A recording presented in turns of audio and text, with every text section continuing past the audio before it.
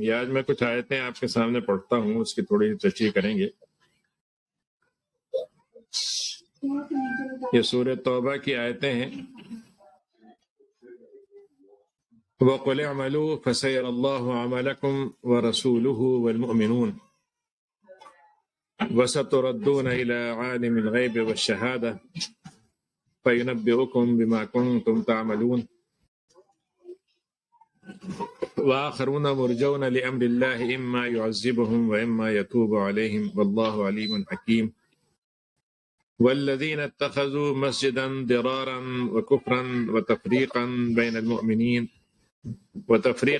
المؤمنين وإرصادا لمن حارب الله ورسوله من قبل وليحلفن إن أردنا إلا الحسنى والله يشهد إنهم لكاذبون لا تقم فيه أبدا لمسجد أسس على التقوى من أول يوم أحق أن تقوم فيه رجال يحبون أن يتطهروا والله يحب المطهرين۔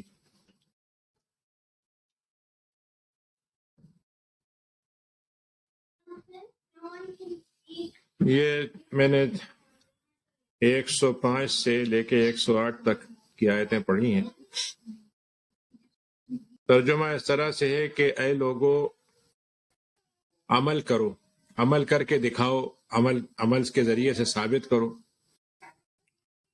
اور تمہارے عمل کو اللہ تعالیٰ بھی دیکھے گا، رسول بھی دیکھیں گے اور مومنین بھی دیکھیں گے، اور پھر تمہیں ایک ایسے دنیا کی طرف لوٹا دیا جائے گا جس کا اندر غیب، جو غیب تھا وہاں کا، وہاں وہ شہادہ بن جائے گا، وہ دیکھنے والی چیز بن جائے گی، اور جس نے غیب بنایا ہے، جس نے انسان کو دکھانے والی چیزیں بنائی ہیں، اس کا علم رکھنے والی ذات کے سامنے سب کو حاضر کر دیا جائے گا۔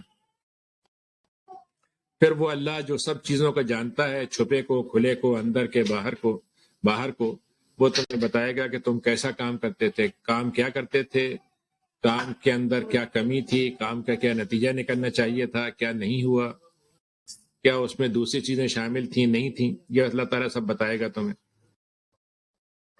مسلمانوں کے گروہوں میں مختلف گروہ ہیں، کچھ بگڑے ہوئے ہیں، کچھ واپس آ جاتے ہیں، کچھ بگاڑ میں آگے بڑھتے چلے جاتے ہیں۔ تو ایک گروہ ایسا بھی تھا مدینے میں جنہوں نے اپنے معاملے کو اللہ کے حوالے کر دیا تھا، اللہ کے حوالے کر دیا تھا کہ اللہ تعالیٰ چاہے تو عذاب دے، چاہے تو معاف کرے، اللہ تعالیٰ علم رکھنے والا ہے، حکمت والا ہے۔ اور ایک گروہ مدینے میں ایسا بھی تھا جس نے ایک مسجد بنائی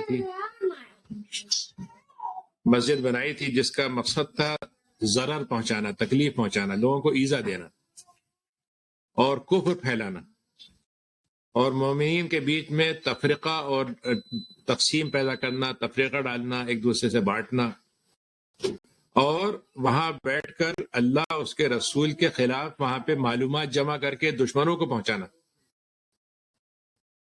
ان کے خلاف جو اللہ اور رسول سے جنگ کر رہے ہیں ان کو جا کے مسلمانوں کی معلومات دینا۔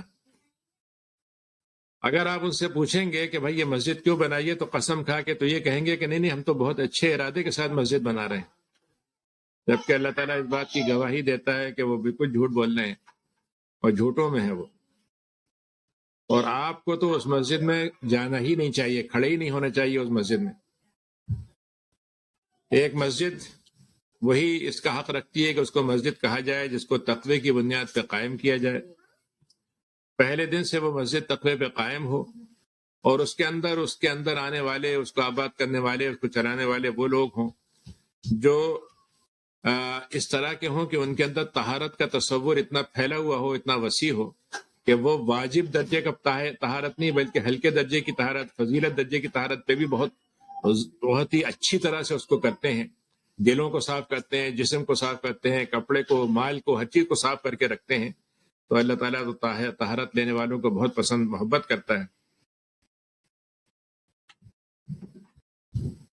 یہ سورہ توبہ جو ہے، آپ کو معلوم ہے کہ یہ ایک طرح سے اگر دیکھا جائے تو اس کلائمیکس کا نام ہے، جو یعنی نبی کریم صلی اللہ علیہ وسلم نے جو اپنی دعوت کا آغاز مکے میں کیا تھا، 13 سال آپ نے مکے میں دعوت دی، اور اس میں ظاہر ہے کہ سب سے پہلی بنیادی کام آپ نے جو کیا تھا وہ یہ تھا کہ بھائی عقیدہ توحید کو بتایا جائے، رسالت پر ایمان کو مضبوط کروایا جائے اور آخرت کی یاد دہانی اور آخرت کی یقینی ہونے کو بات ثابت کی جائے، تاکہ انسان آج کی تیاری جو ہے وہ اس طرح سے کرے کل آخرت میں جواب دے سکے۔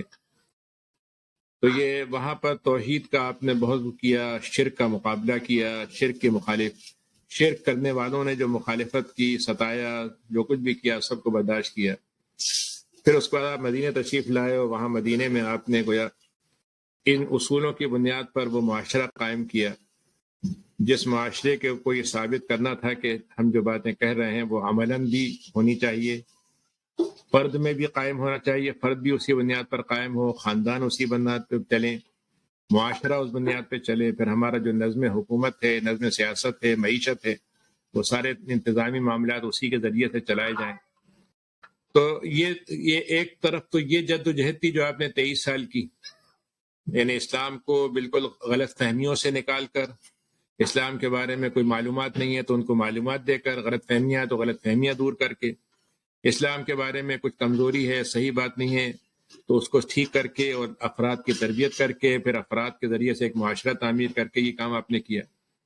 لیکن اس 23 سال کے اندر آپ کو ایک چیز یہ ملے گی کہ اس دعوت کے قبول کرنے والے جہاں آپ کو مل رہے تھے، چاہے وہ تھوڑے ہی ہوں، اور جب وہ ایک دفعہ اس دعوت کو قبول کر لیتے ہیں تو اس کی خاطر پہ ہر چیز کو قربان کرنے پہ تیار ہو جاتے ہیں، وہیں پر اس کے مخالفت کرنے والے بھی تھے، اور وہ مخالفت جو تھی ان کو یا تو اس وجہ سے تھی کہ بھئی ان کو اپنے جو کچھ دنیاوی طور پر ان کو موقع حاصل ہے، دولت حاصل ہے، ان کا ایک مقام ہے، وہ سب چھن جائے گا ان سے، اسلام تو ان کو کمزور کر دے گا، یا پھر یہ تھا کہ بھئی یہ ہم دنیا میں ہم نے جو اپنا ایک نظام بنایا ہے جس میں ہماری ایک حیثیت برتر کی ہے، تو اسلام میں تو سب برابر ہو جائیں گے، تو غریب بھی ہمارے برابر ہوگا اور کمزور بھی ہمارے برابر ہوگا، تو یہ کیا بات ہوئی؟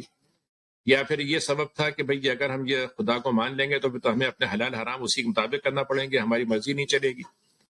جو بھی اسباب ہوں اس کی بنیاد پر مخالفت کرنے والے آپ کے ساتھ رہے۔ پھر جب آپ مدینہ تشریف لائے تو وہاں پہ منافقوں کا ایک گروہ پیدا ہو گیا جو چھپ کر اندر سے تو اسلام پسند نہیں کرتے تھے، لیکن اوپر سے اسلام کے لیے سامنے آ جاتے تھے، جب کوئی فائدے کی بات ہو تو قبول کرنے کے لیے بھی تیار ہوتے تھے، بلکہ شریک ہوتے تھے، لیکن اگر کوئی مشقت کی بات ہو، آزمائش کی بات ہو تو اس میں وہ پیچھے ہٹ جاتے تھے۔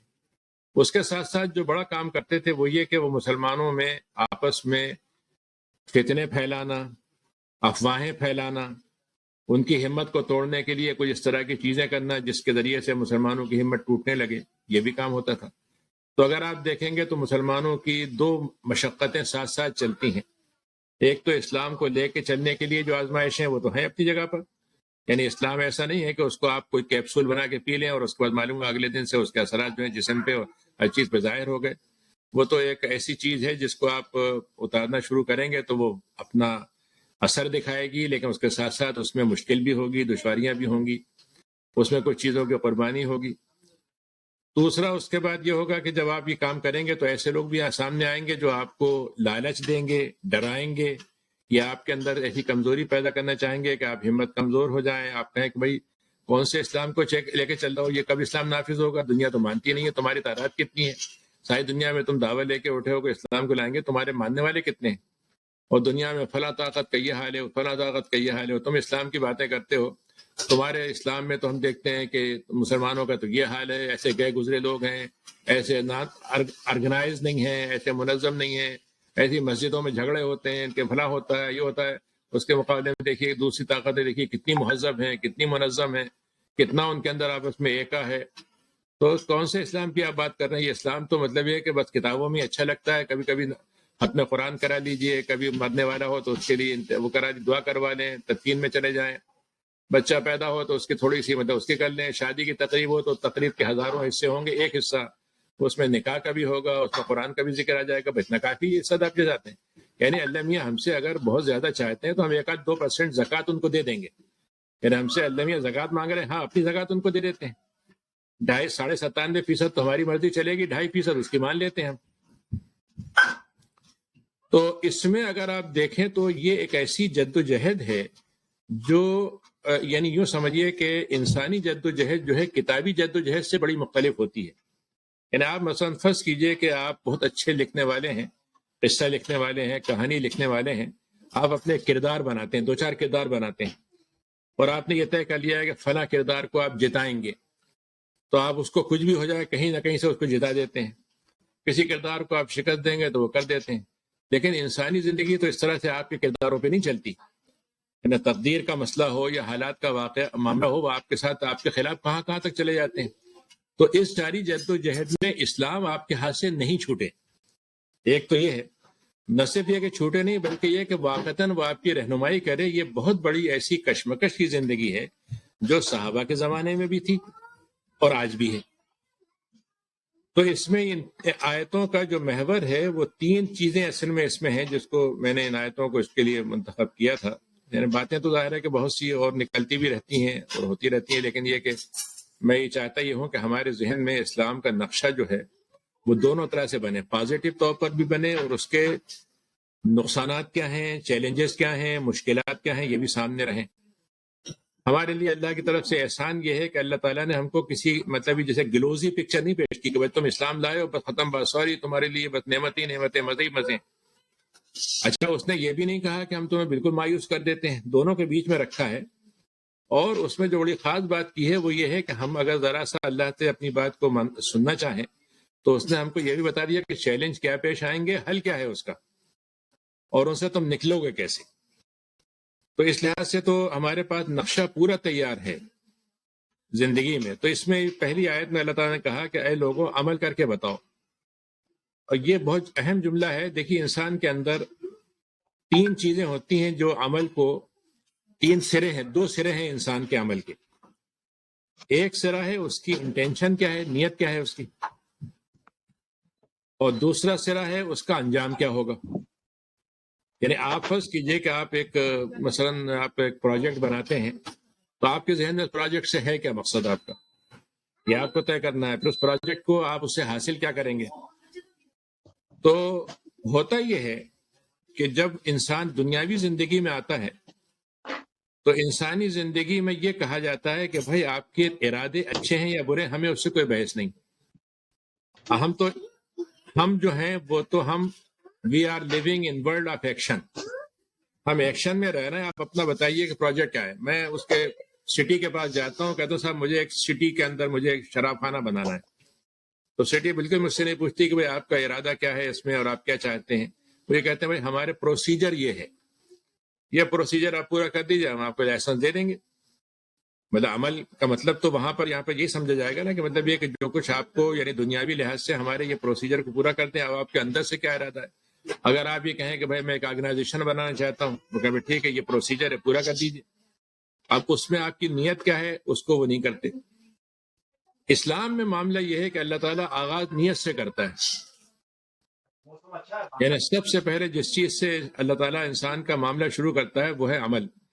عمل نہیں بلکہ نیت. اور وہ اس لیے کرتا ہے کہ انسان کی جو نیت ہے اس کو بھی علم ہے. یعنی دوسروں کو تو نہیں معلوم، دوسروں کو دھوکہ دے سکتا ہوں لیکن اللہ کو دھوکہ نہیں دے سکتا.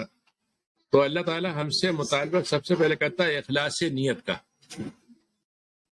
یعنی اگر فرض کیجئے کہ میں ایک کام کرنے جا رہا ہوں، مثلا میں ایک آدمی کی مدد کر رہا ہوں، بہت اچھا عمل ہے، چیریٹی ہو رہی ہے، بہترین یعنی انسانی خدمت ہو رہی ہے، اخباروں میں نام چھپ جائے گا، بڑے بڑے مجھے انعامات مل جائیں گے. لیکن میرا مقصد اس سے یہ تھا کہ یہ سیڑھی ہے میرے لیے تاکہ میں آئندہ اپنی سیاسی زندگی میں اس سے فائدہ اٹھاؤں مثلا. تو اللہ تعالیٰ یہ کہتا ہے کہ ہمارے اس عمل کی کوئی قیمت ہی نہیں ہے، ہمارے پاس اس عمل کا کوئی فائدہ نہیں ہے جب تک کہ نیت تم اپنی صحیح نہیں کرو گے. انما الاعمال بالنیات، یہ پہلی حدیث ہے جو امام بخاری نے اپنی کتاب میں نقل کی ہے کہ عمل تو اللہ کے ہاں چاہیے اس وقت جائے گا جب نیت صحیح ہوگی. اور اسی کو قرآن میں اللہ نے کہا کہ فَاعْبُدُوا اللَّهَ مُخْلِصِينَ لَهُ الدِّينَ، اللہ کی تم عبادت کرو اس طرح سے کہ پورا اخلاص تمہارے اندر آ جائے. اخلاص کا مطلب یہ ہوتا ہے کہ اللہ کے ساتھ کسی طرح کی یعنی اللہ تعالیٰ کے علاوہ کسی کے لیے کام کریں وہ تو اخلاص میں آتے ہی نہیں. اللہ تعالیٰ کے ساتھ تھوڑی سی کسی کی اور خوشی بھی شامل کر لوں تو وہ بھی اس کا اخلاص میں اس سے مسئلہ پڑ جاتا ہے. ہاتھوں سے اگر اس میں ریاکاری آ جائے. تو پہلا سرا تو اسلام نے نبی کریم صلی اللہ علیہ وسلم نے شروع سے انسانی زندگی کا سب سے پہلا آغاز جب کیا تو اسی کو بتایا. لیکن یہ کہ ہمارے ہوتا یہ ہے کہ جب ہم نیت اچھی کر لیتے ہیں تو ہمارے ذہن میں یہ ہوتا ہے کہ باقی کام تو ہم کریں نہ کریں اللہ میاں تو خود عمل کروا ہی دے گا ہم سے. عمل کرے نہ کرے نتیجہ اللہ میاں دے دے گا. مطلب یہ ہے کہ میں رات کو مطلب یہ ہے کہ جیسے یہ کہوں کہ سونے کے لیے میں جب جانے لگوں تو میں یہ کہوں کہ بھائی اللہ میاں صبح خود مجھے اٹھا دے گا. مثلا میں نے نیت کر لی ہے اٹھنے کی لیکن اللہ میاں اٹھائے گا مجھے. تو اب یہاں سے مذہبی طور پر ایک نیا مزاج پیدا ہوتا ہے کہ بھائی قرآن میں جو بنی اسرائیل کا اللہ نے تذکرہ کیا ہے کہ انہوں نے کہا اللہ میاں موسیٰ علیہ السلام آپ اور اللہ میاں جا کے لڑ لیں, جب فتح ہو جائے گی تو آپ ہمیں بلا لیجیے گا مال غنیمت لینے کے لیے, ہم پہنچ جائیں گے. اذهب انت وربک فقاتلا, کہ آپ جا کے لڑائی کر لیجیے. تو یہاں پر اسلام جو ہے اس بنیاد پر قائم ہے کہ نیت کے بعد عمل بھی ضروری ہے. یعنی یہ اللہ تعالیٰ کی طرف سے ایک بنیادی مسئلہ ہے کہ وہ عمل ہونا ضروری ہے. تیسرا مسئلہ یہ ہوتا ہے کہ ہمارے ایک جملہ ہم کہتے ہیں کہ بھائی نیکی کر دریا میں ڈال. مطلب یہ ہے کہ آپ کو بس ایک کام کرتے رہنا چاہیے, اب آپ بھول جائیں کہ اس کا نتیجہ کیا ہوگا. نہیں, یہ بھی اسلام نہیں کہتا.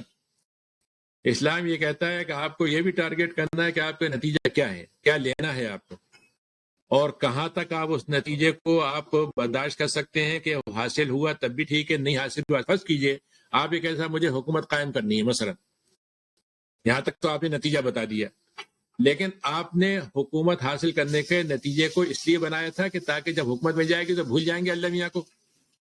اقتدار مل جائے گا تو اس کے بعد اللہ میاں سے پھر راشتے ختم ہو جائے گا. اللہ میاں آپ کا کام نکل گیا, اب آپ اپنے بیٹھیے. میں مطلب یہ ہے کہ جیسے ہمارے یہاں ہوتا ہے کہ بھائی کھیت کھجور پہ چڑھے ہوئے تھے, اللہ میاں کی مدد کی ضرورت تھی تو وعدہ کر لیا ہے کہ صدقہ دوں گا, اگر نیچے اتر آیا, اترنے کے بعد اللہ میاں اللہ کا شکر ہے کہ آپ نے مجھے بچا لیا, ہو گئی بات ختم. تو اللہ تعالیٰ کہتا ہے یہ بھی نہیں چلے گا.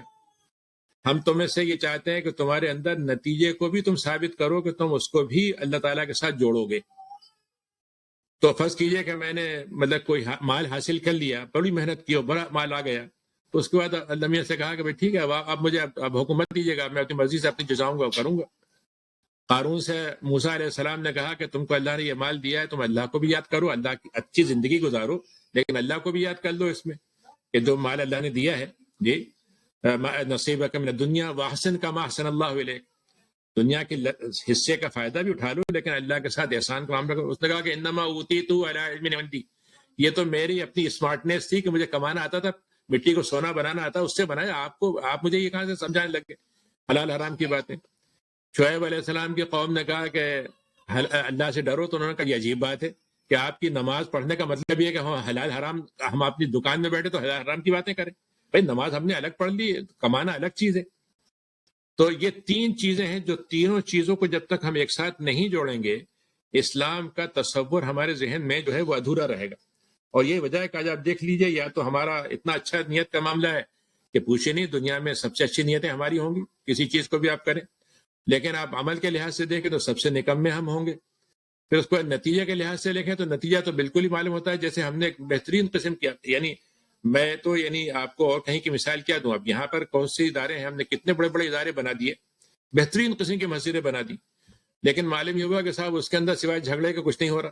مثلا فرض کیجئے, یا اس میں مطلب یہ کہ جب عمارت بن گئی تو ہمارے وہاں ویران پڑی ہوئی ہے, اس میں وہ ہو رہا ہے. تو کہنے کا مطلب یہ ہے کہ یہ تین چیزوں کو, اچھا تینوں میں مجھے اللہ کی ضرورت ہے, نیت کرنے میں بھی اللہ کی ضرورت ہے, عمل بھی مجھے اللہ تعالیٰ بتائے گا کون سے عمل کو عمل وہ مانتا ہے, کس کو نہیں مانتا, اور نتیجے کو بھی. تو اس آیت میں یعنی اگر دیکھا جائے تو انسانی پوری زندگی کا آغاز سے لے کر انجام تک اس آیت میں اللہ نے کہا کہ تم عمل کر کے دکھاؤ. پہلی بات تو یہ کہ عمل کرو, لیکن اللہ کے نے عمل کی شرطیں بتائی ہیں, میں نے بتائی تین باتیں, وہ یہاں پر اس میں تین میں آ گئی. اس میں پہلی شرط کی کہ اللہ نے کہا کہ وہ اس عمل کو اللہ تعالیٰ دیکھے گا. تو دیکھے گا یہ مطلب نہیں کہ اللہ میاں نے کوئی یہاں پر مطلب یہ کہ وہ آپ کو ایک ریکارڈ رجسٹر بنایا ہوا ہے جس میں آپ کو روزانہ پوچھے گا, ہاں بھائی بتاؤ آج تمہاری رپورٹ کیا رہی اور آج تمہاری حاضری ہوئی کہ نہیں ہوئی. اللہ تعالیٰ تمہارے نیت کو دیکھے گا اور تمہارے اندر جو مقصد ہے اس کو دیکھے گا. اللہ تعالیٰ کے ساتھ تمہارا معاملہ دو طرح سے ہوگا, نیت کے معاملے میں, اور تمہارا عمل اللہ کے طریقے کے بتائے ہوئے اس کے مطابق ہے کہ نہیں. پھر اس کے بعد وہ رسول, اللہ تعالیٰ کے رسول بھی دیکھیں گے. اچھا اللہ تعالیٰ کے دیکھیں تو چلیے ہم مان لیتے ہیں کہ وہ تو اللہ تعالیٰ دیکھ ہی رہا ہے, اس میں کوئی مسئلہ نہیں. اب یہ رسول کیسے دیکھیں گے جی؟ تو اس کا مطلب یہ ہوا کہ اللہ تعالیٰ کے دیکھنا ہوگا اللہ کے قرآن کے مطابق عمل کرنا. یعنی اللہ میاں روزانہ مجھ سے آگے باتیں نہیں کرے گا, نہ میں اللہ میاں سے روزانہ پوچھوں گا. اللہ تعالیٰ نے مجھے بتا دیا ہے کتاب ہدایت میں, کتاب قرآن کی کتاب میں, کہ میرے نزدیک عمل کس سے کہتے ہیں. تو اب اس کا مطلب یہ کہ مجھے اس کو معلوم کرنا ہے. اور رسول کا مطلب کیا ہے؟ سنت کے مطابق. یعنی مجھے سنت سے معلوم کرنا ہے کہ آپ نے جو مجھے باتیں بتائی ہیں وہ آپ اس کو اگر میں نے اس کے مطابق کام کیا تو اس کا مطلب ہے کہ آپ کی نگرانی میں یہ کام میں کر رہا ہوں اور آپ کی مطلب ہے کہ اس میں سپرویژن میں یہ کام ہو رہا ہے. والمؤمنون، اب یہ تیسرا جملہ بڑا دلچسپ ہے. میں نے سارے اچھے کام کیے، اللہ کی بھی خیال رکھا، بہت رسول کا سنت کا بھی بڑا خیال رکھا، لیکن اس کا دنیا میں کسی کو فائدہ ہی نہیں ہو رہا. میں اپنی ذاتی زندگی تو بہترین بنا رہا ہوں، اللہ سے میرا بہترین تعلق ہے، لیکن باقی کسی کا لوگ ڈوبیں مریں ختم ہو جائیں کچھ ہو جائیں مجھے کوئی بحث نہیں. تو اللہ تعالیٰ نے کہا کہ تیسری شرط اور ہے، وہ یہ کہ اس کا فائدہ مومنین کو بھی ہو. یعنی دوسرے الفاظ میں وہ ایسا عمل ہو جس کے ذریعے سے ایمان کو بھی فائدہ ہو اور ایمان والوں کو بھی فائدہ ہو. یعنی آپ تو فائدہ اٹھائیں گے لیکن آپ کے ساتھ ساتھ دوسروں کو بھی فائدہ ہو. دوسرے الفاظ میں اس کا وہ عمل اجتماعیت کے ساتھ ہو اور وہ عمل جو ہے انسانوں کی اس زندگی کے ساتھ ہو جس میں ایمان باقی رہے، لوگوں کا ایمان تباہ نہ ہو جائے. اب مثلا میں کوئی فرض کیجیے صاحب پبلشنگ کمپنی کھول لیتا ہوں، لوگوں کے اندر خوب مطلب فحاشی پھیلاتا ہوں، ساری منکرات پھیلاتا ہوں اور بہترین مطلب یہ کمائی کر رہا ہوں میں اس کے ذریعے سے. اس کا مطلب یہ میں نے مومنین کا سارا مطلب یہ ذہن بدل دیا. یعنی صورتحال اب یہ ہو گئی ہے، یعنی میں اپنے بارے میں اگر یہ کہوں کہ میں نے 40-50 سال پہلے کا جو ماحول دیکھا تھا اس میں ہمارے ہاں گئے سے گئے لوگوں کے اندر بھی جو تھوڑی سی زبان کی ایک متانت ہوتی تھی، ایک اخلاق ہوتا تھا، ایک لہجے کا ایک خوبی ہوتی تھی، مخالفت کتنی ہو. لیکن آج کا عالم یہ ہو گیا گالی گلوچ اور مطلب یہ نفرت کی آواز اور مطلب گندی باتیں کوئی مسئلہ ہی نہیں رہا. اور تو اس کا کیا مطلب ہے؟ اس کا مطلب یہ کہ آپ مومنین کو بھی آپ نے جو اللہ تعالیٰ نے مومنین کے لیے جو کرائٹیریا بنایا تھا وہ آپ اس کو تباہ کرنے پہ اترے ہوئے ہیں. اور آپ کا خیال یہ کہ آپ دین کی خدمت کر رہے ہیں، آپ نے ایک عمرہ کر لیا، آپ کے سارے گناہ معاف ہو گئے، آپ نے کچھ زکوٰۃ دے دی اور معلوم ہے کہ آپ کی زندگی بہترین گزر گئی. تو اس میں اگر دیکھا جائے تو اس سے یہ خود یہ بات ثابت ہوئی کہ آپ کا رجحان اچھا ظاہر ہے کہ مومنین کا مطلب یہ نہیں کہ باقی انسانوں کے لیے مفید نہ ہو، باقی انسانوں کے لیے مفید ہونا چاہیے، وہ تو طے ہے. یعنی آپ یہ نہیں کہہ سکتے کہ بھائی ساری خرابیاں تو یعنی اچھائیاں مسلمانوں کے ساتھ کریں گے لیکن باقی لوگوں کو دھوکہ دیں گے، باقی لوگوں کے ساتھ بدماشی کریں گے. نہیں، اس کا مطلب یہ ہے کہ آپ کا ان کے ساتھ بھی برا ہوگا لیکن مومنین کے ساتھ جو آپ کا حق ہے وہ تو اور زیادہ آپ کے ساتھ جڑ جائے گا. اب یہ تینوں چیزوں کا نتیجہ دنیا میں ظاہر ہو، کامیابی میں، ناکامی میں، آزمائش میں میری نتیجہ نکلے نہیں نکلے، لیکن یہ طے ہے کہ آخرت میں تو اس کا نتیجہ اللہ تعالیٰ طے کر دے گا کہ ہاں کامیاب تھے یا نہیں تھے. اور وہ سب سے بڑی چیز ہے آخرت میں جو معاملہ ہوگا کہ اللہ تعالیٰ کے سامنے ہم پہنچیں گے، نہ نیت کا حال چھپا سکتے، نہ مطلب یہ کہ اپنے علم کے دعوے کو بتا سکتے، نہ عمل کی بات کو چھپا سکتے. تو نتیجہ وہاں نکلے گا. اس کے بعد جو آیت ہے وہ تو ایک واقع مدینے میں مختلف حالات تھے. غزوہ تبوک میں بہت سے طبقے ظاہر ہو گئے تھے، کچھ کھلے منافق تھے، کچھ کمزور قسم کے مسلمان تھے اور کچھ یہودی تھے جو مطلب یہ کہ پیچھے سے بھڑکاتے تھے. سارے لوگ تھے، کئی طرح کے لوگ ہیں. اس میں تو ایک گروہ وہ تھا جس کے اندر اللہ تعالیٰ کے ساتھ خوف تو تھا لیکن غلطی بھی کر گئے تھے. لیکن پھر بعد میں ان کو یہ بھی خیال ہوا کہ اللہ تعالیٰ ہی ہماری توبہ کو قبول کرے گا. تو اللہ تعالیٰ نے گہرا ان کے بارے میں کہا کہ اللہ کی مرضی ہے تو انشاءاللہ ہم کو اللہ نے چاہا تو قبول بھی کر لیں گے انہیں.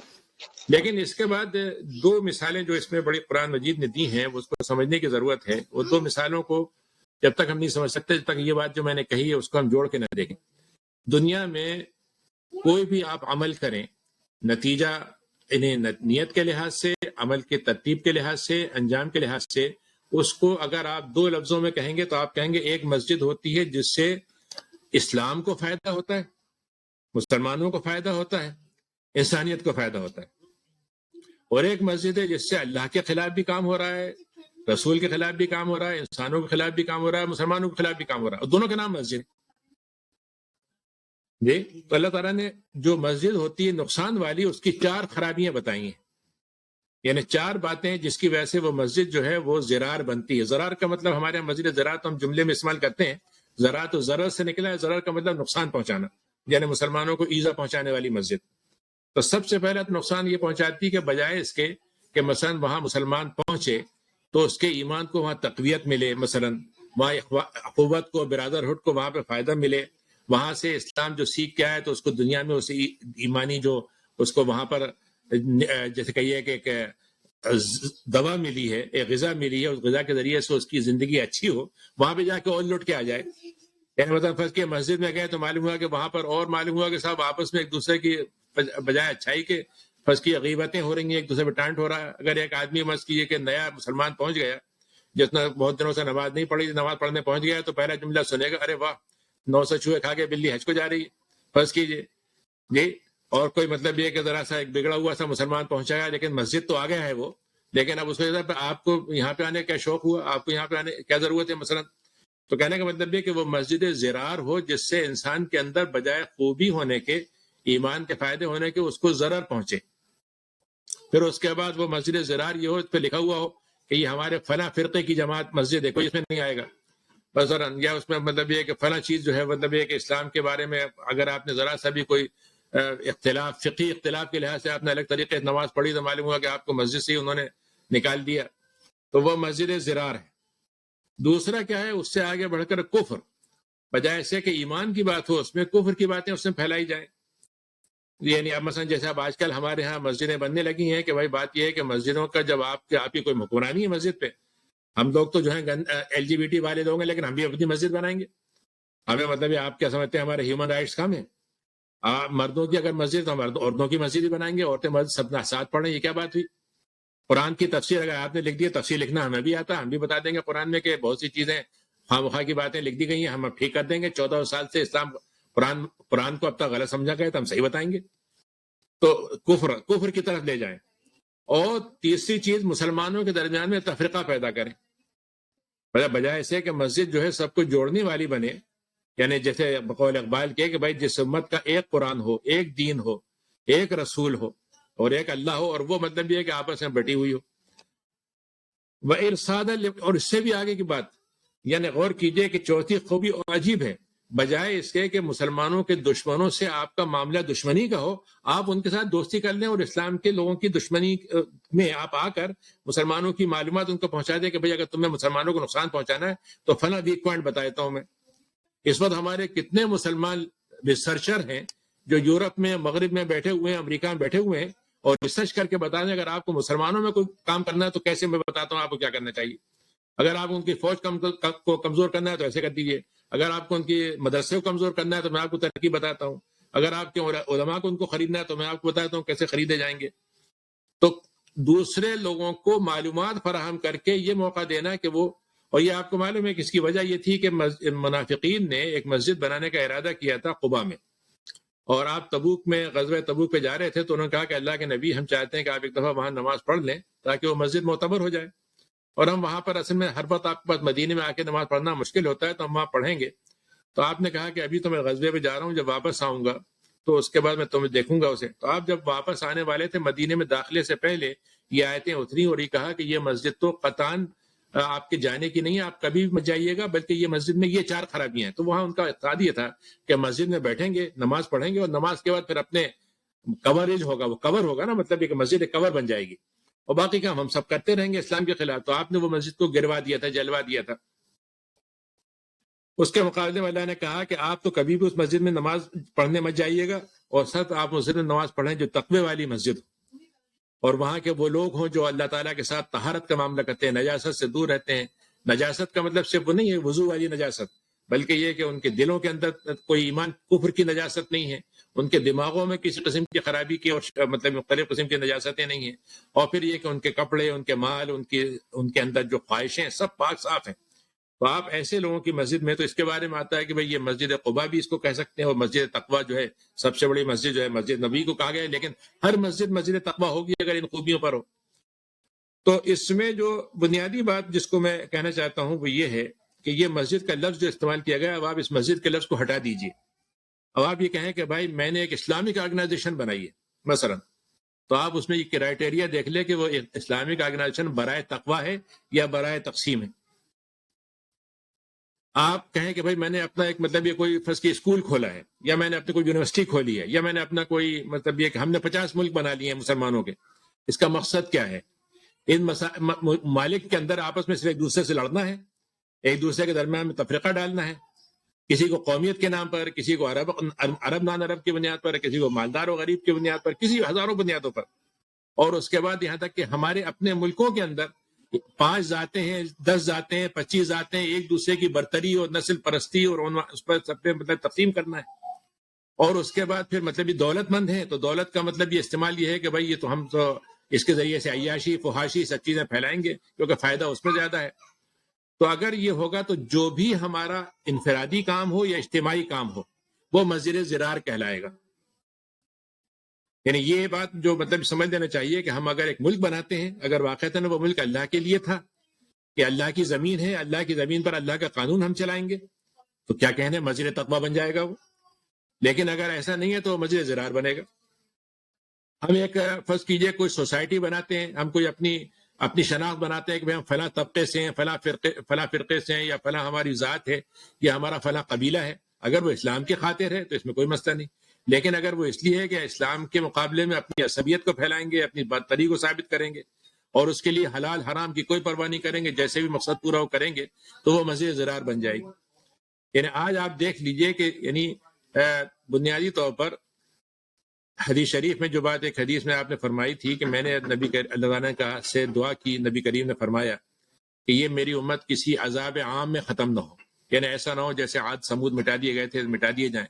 تو اللہ تعالیٰ نے یہ دعا قبول کر لی. پھر اس کے بعد آپ نے فرمایا کہ میں نے اللہ سے کہا کہ اللہ تعالیٰ اس کے اوپر کوئی دوسری قوم کبھی مسلط نہ ہو.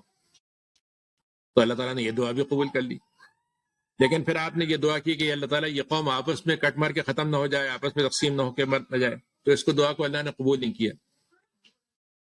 اب قبول نہیں کیا کا مطلب یہ ہے کہ یہ مطلب نہیں تھا کہ اللہ میاں نے کہا کہ بھئی اس معاملے میں تم بے بس ہوا، میں کچھ نہیں کر سکتا. یعنی ظاہر ہے کہ یہ مطلب نہیں تھا. مطلب یہ ہے کہ یہ وہ پوائنٹ ہے جس میں ہمیں اپنے آپ کو متحد کرنا تھا. یعنی اگر ہمارے پاس ایک ایسا گھر ہو جس کے اندر کوئی سوراخ نہ ہو تو پانی نہیں آئے گا. دیکھیں گھر میں سوراخ کر لیا تو پانی تو اندر آ جائے گا اس کے اندر. تو مطلب یہ تھا. اور آپ تاریخ پوری ہماری 14 سال کی تاریخ یہ بتاتی ہے کہ مسلمانوں نے کبھی بھی باہر کی طاقتوں سے شکست نہیں کھائی، نہ فکری طور پر، نہ مطلب سیاسی طور پر، نہ فوجی طور پر، کسی بھی بنیادوں پر. لیکن جب بھی شکست ہوئی ہے تو اسی وقت ہوئی ہے جب اندر سے پھوٹ پڑی ہے، اندر سے اس فکر کو منافقوں نے مطلب یہ کہ پھیلایا، اندر سے لوگوں نے مطلب دھاندلیاں کی، اندر سے مطلب کمزوریاں پیدا کی. اگر آپ اندلس کی تاریخ پڑھیں گے تو آپ کو سامنے آ جائے گا کہ کس طریقے سے مسلمان سب خطرے تھے لیکن آپس میں لڑ رہے تھے، اور مطلب تباہ ہوتے چلے جا رہے تھے، اور دیکھ رہے تھے تباہ ہو رہے تھے، کوئی فرق نہیں پڑ رہا تھا. اور آج بھی ہم دیکھ رہے ہیں، مطلب ہمارے عرب ملکوں کو آپ دیکھ لیجئے. یعنی آپ جائیے تو ایسا محسوس ہوگا کہ ایک ملک کے اندر ایک قبیلہ، ایک قبیلے کے اندر 10 ذاتیں، 10 ذاتوں کے اندر 10، اور سب ایک دوسرے سے لڑ رہے ہیں اور جھگڑ رہے ہیں. تو اب یہ جو مسئلہ ہوا ہے، یہ اگر دیکھا جائے تو یہ مسجد زرار ہے جو ہم سب بنا رہے ہیں. تو ہمیں مسجد زرار بنانے میں اگر شوق ہے تو ہم سمجھ لیں کہ اس سے کوئی فرق نہیں پڑے گا اللہ تعالیٰ کو، کیونکہ عمل کے ساتھ نیت دیکھی جائے گی.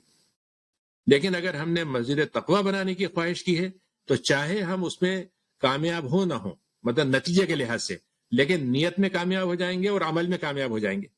2 چیزوں میں ہم کامیاب ہو جائیں گے. تو تیسرا حصہ جو اللہ تعالیٰ کے ہیں آخرت میں انجام کا، انشاءاللہ اس میں کامیابی ہوگی.